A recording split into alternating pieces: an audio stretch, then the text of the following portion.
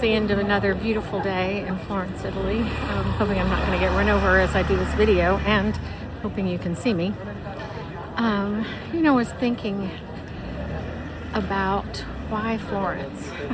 I've been here for the last 3 holidays, and I don't know. I think I'm just now beginning to understand why this place calls to me. I mean, my goodness, I've been so many other places in the world. Why have I come back here?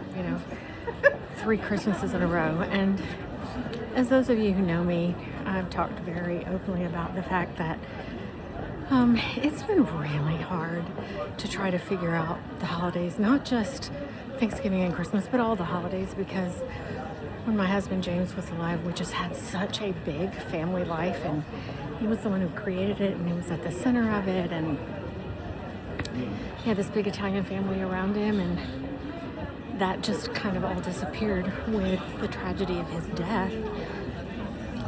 And this time in Florence, I'm so grateful to be here with my son Andrew, and I just keep looking at the antiquity of this and all the buildings with their cracks and their brokenness, and I kind of am beginning to understand that it's not just the gorgeousness. Of course, that's impactful. Always having beauty around is very impactful to me, but it's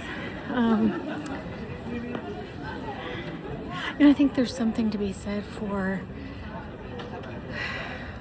when you've come from a place of being really deeply broken, and you see all these gorgeous thousands of years old buildings and sculpture and all of that around you, and I don't know, for me it's making me realize that it all goes on, even in its brokenness, even in its antiquity, even when the bathrooms don't work very well in an old place, or you just look at so many times when there are sculptures with broken pieces, and I don't know, it sort of leaves room, I guess I want to say. It's giving me room for me to breathe a little bit and go, okay, my brokenness is okay. And I mean, it's not that I haven't done the work. I've done so much work in the last 5 years to get to a place of saying I'm ready to go forward. I'm ready for what's next. And I call it the becoming. And I'm writing a lot about that in my new book. But it's just interesting, this place, and how it sort of gives me permission to continue to hold the grief, to be okay that I am deeply wounded and scarred by it, and maybe I'll never be able to put the holidays together again in a way that is the way we had it when I was married and had 2 kids and had a big family around me, and maybe it's never supposed to be like that again, but maybe it's something different. Maybe it's with all the cracks and the messiness and everything that comes up out of when we go through really deep tragedy. Maybe what comes out on the other side feels like this. I hope maybe my soul feels like this to people on the other side of it. Anyway, I wanted to put together a podcast for you of my thoughts, and so it's just a beginning to tell you where I am. I'm going to do it in little pieces and hopefully string it together, so it may not be very fluid, but you'll get bits and pieces of where I am. But it's such a sweet time too to have time with a 28-year-old son. Just doesn't happen, I think, for mamas and sons, and it's certainly, some of that is born of going through what we've been through as a family. But just to have 2 weeks of schlepping around with him, never wearing anything more than sneakers, never making a dinner reservation, just showing up at cute little bars and local places and doing Europe more his way than mine, and actually falling in love with his way. It's a complete no pressure way. So in the next few days, I'll string together some pieces and kind of show you where I am and what my thoughts are about the new year and how to take what antiquity teaches and weave it into maybe the architecture of what's next. Okay, just a few more thoughts as I'm walking along the Arno River. I think you can probably see a little bit of it. I love the bridges right there in back of me.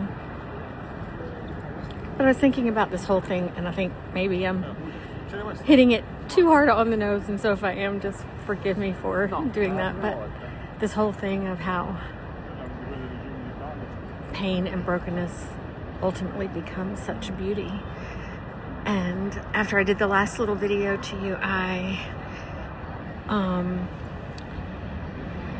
was thinking of not only about all the breaks and the cracks in the plaster and all the nicks in the sculptures and that sort of thing, but I was thinking about how it wasn't born through ease. I mean, it's thousands of years of wars and travail and diseases and, gosh, some of the worst of times, that then all of this gorgeousness came through, all of this beauty was born from. And again, forgive me if I'm like going too hard on this analogy, but it does feel like to me what happens to us when we're going through some of the toughest, hardest, most cruel things in life, and we want to fold, we want to say this is it, we want to say my story's just over, I can't try any harder. Believe me, I've been there. I could cry right now just thinking about some of it, but it's kind of like this, it's kind of like what I'm walking through and looking at and going, okay, my life's had some pretty hard hits in it, and I know yours has too. I don't think we get out without some pretty tough hits, and sometimes it's so darn hard to pull ourselves up from it.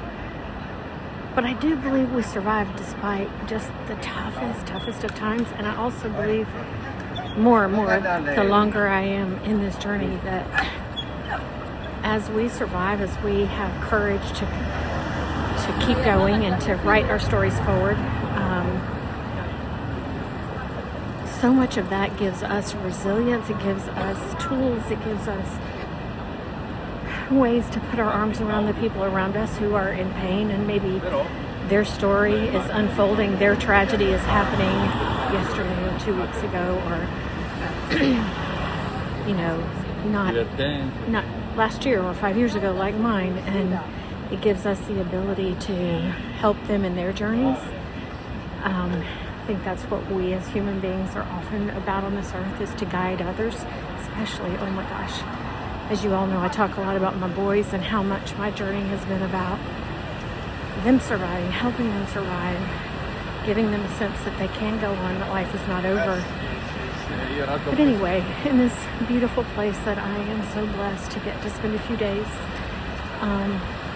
it just keeps reminding me in all of the parts that aren't perfect of how truly imperfect I am. It reminds me of all of my cracked and broken places on the inside, and it gives me such hope for what's being formed, for what's next. It's something I said before, I'm certainly writing a lot about at this time in my life. It's, what is the rewrite? What is next? I have to lean over this bridge so you can see what's in back of me because it's so stunningly gorgeous. So this is I don't know if it's as pretty to you, but this is a dam in the Arno, and you can see the sun setting, and it's that, kind of gorgeous Tuscan color that just, I don't know, fills me up with its goldenness. But I just wanted to give you a few more thoughts about how Florence is influencing me, helping me see possibilities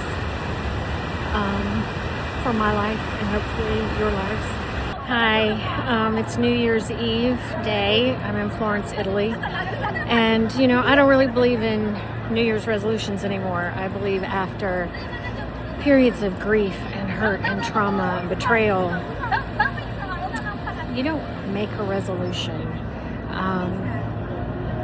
You don't really reset. You carry all of that was part of you, that all that you've been through, you carry it forward. But the beauty of it is that you make that decision. You're still standing. You're still here listening. And you decide, okay, I'm going to write this forward. I'm going to write forward who I am, not as the woman or the man I was before, because he or she doesn't any longer exist after what you've been through. But I'm going to take forward that grief with me, and I'm going to write the story of who I want to be next. I've told you I'm writing a lot about that in a new book. But just today, New Year's Eve day, from Florence, I would say this is a beautiful city that is scarred and broken and rebuilt and still standing. And for all of us on survival journeys, I think of us exactly like that. So Happy New Year. Let's write this amazing story forward in 2026. Take care.